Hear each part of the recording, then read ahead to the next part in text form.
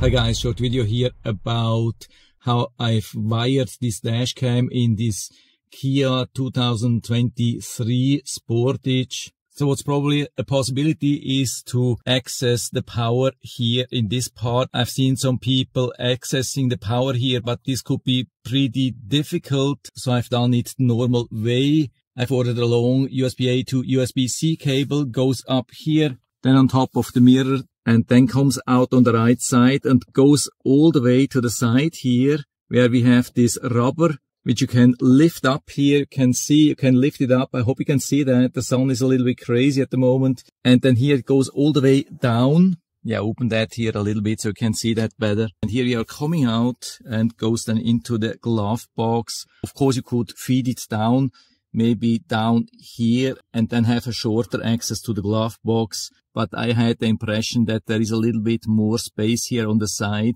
If you go along here, then it's pretty tight, could squeeze the cable.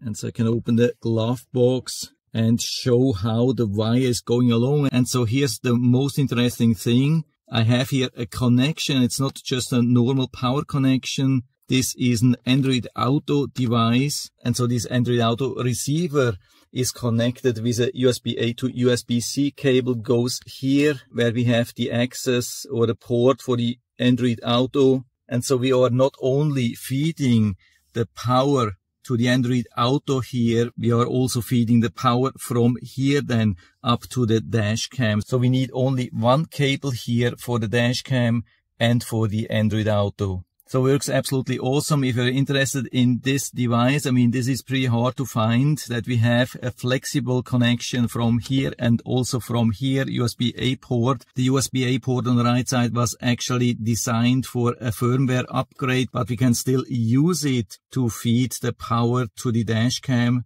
I've never seen that before. That was my idea. I don't know if other people are doing that too. I have also seen people feeding the wire here along the windshield, but I tried it first and didn't work because there was not enough space. Here on the right side it was much easier, didn't require any tool. So works definitely perfect for me. And so I hope I've been able to help you a little bit with this video. If you have any questions or comments or better solutions, then just let us know down in the feedback area. I'm always happy to talk about these things. And if you liked the video, give me a thumbs up, subscribe my channel. Thanks for watching. See you next time.